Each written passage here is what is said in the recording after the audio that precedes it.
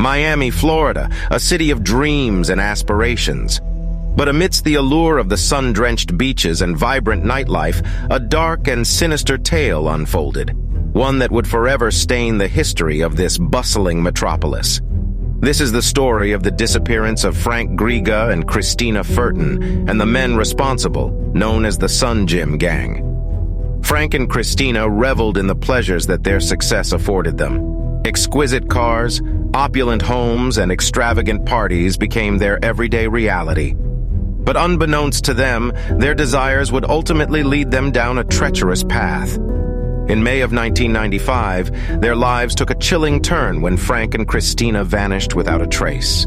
Their luxurious Miami Beach home, once filled with laughter and joy, became a haunting reminder of a mystery waiting to be unraveled. Frank's business dealings had drawn the attention of unsavory characters.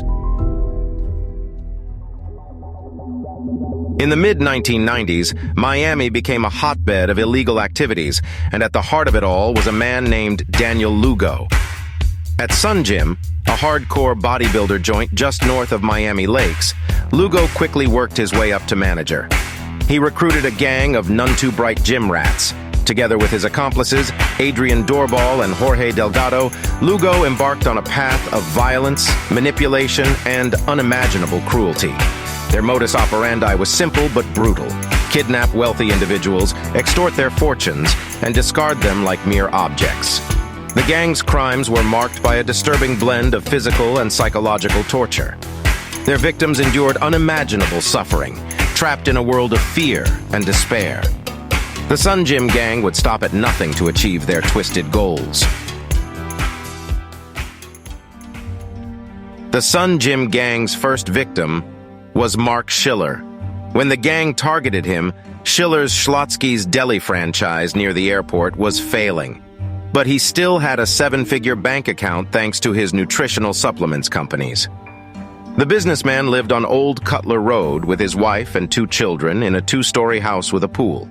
Schiller had taken Jorge Delgado under his wing, who became friends with Lugo from being one of his personal training clients, but later had a falling out over his friendship with Lugo.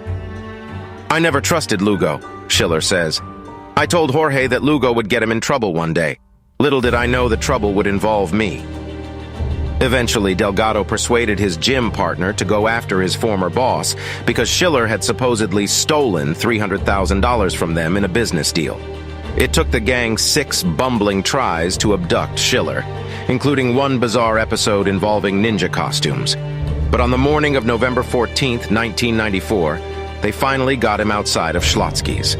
They bagged his head, tasered him, and threw him into the back of a van. Inside his former buddy Delgado's warehouse in Hialeah, Schiller was beaten, pistol-whipped, burned, and subjected to games of Russian roulette. They forced him to call his friends with a story about falling for a young mistress and fleeing town, and to call his family and tell them to hide out in Colombia. Meanwhile, they made him sign away all his assets. When they got all they could, the gang ordered him to wash down sleeping pills with a fountain of liquor, put him behind the wheel of his Toyota 4Runner, which they set on fire, and then rammed him into a utility pole.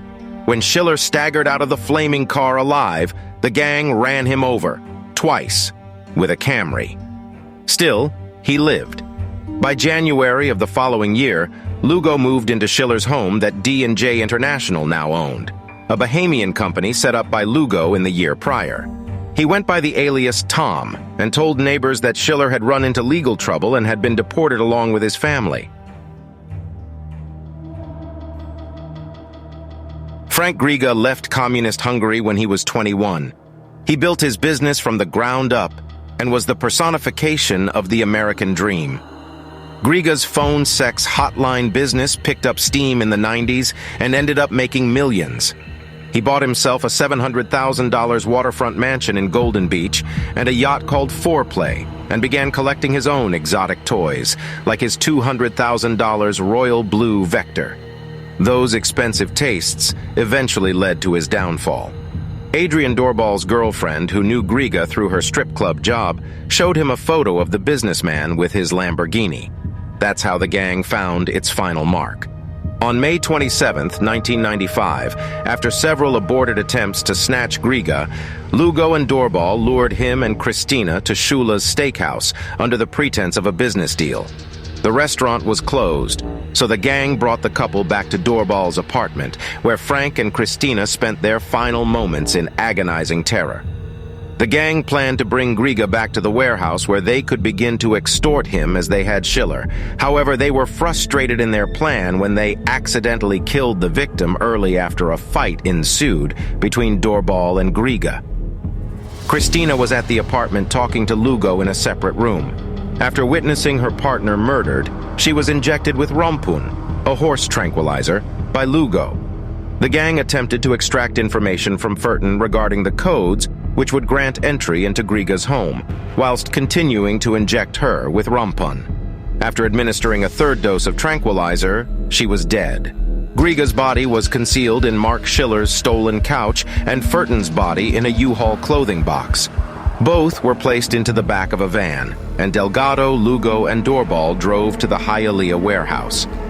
It was here that the gang dismembered and disposed of the bodies of Griga and Furton, with the most sadistic member of the gang, Doorbal, doing most of the work, the details of which are too gruesome for this video.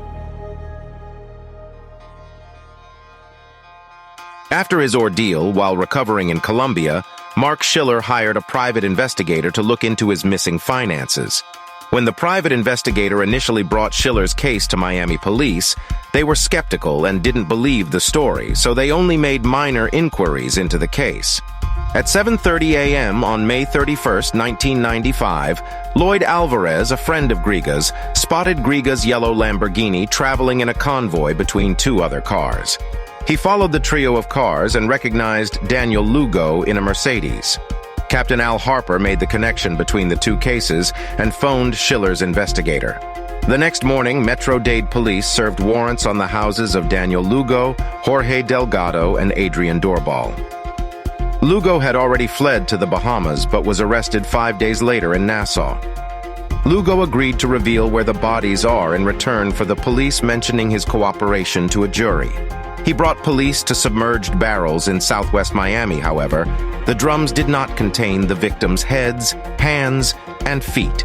The body of Furton was later identified through her breast implant's serial number.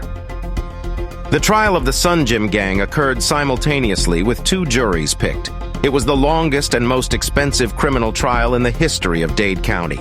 It featured more than 1,200 pieces of physical evidence and 98 witnesses.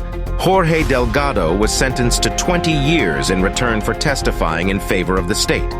He was released after only 7 years, but his freedom was short-lived. In 2008, 3 days before Christmas, Delgado was arrested for felony grand theft. He walked into a Kmart store on Southwest 8th Street and 123rd Avenue, where he attempted to return $7,500 worth of stolen merchandise. He pleaded guilty and received a year of probation. Adrian Doorbal was indicted and sentenced to death.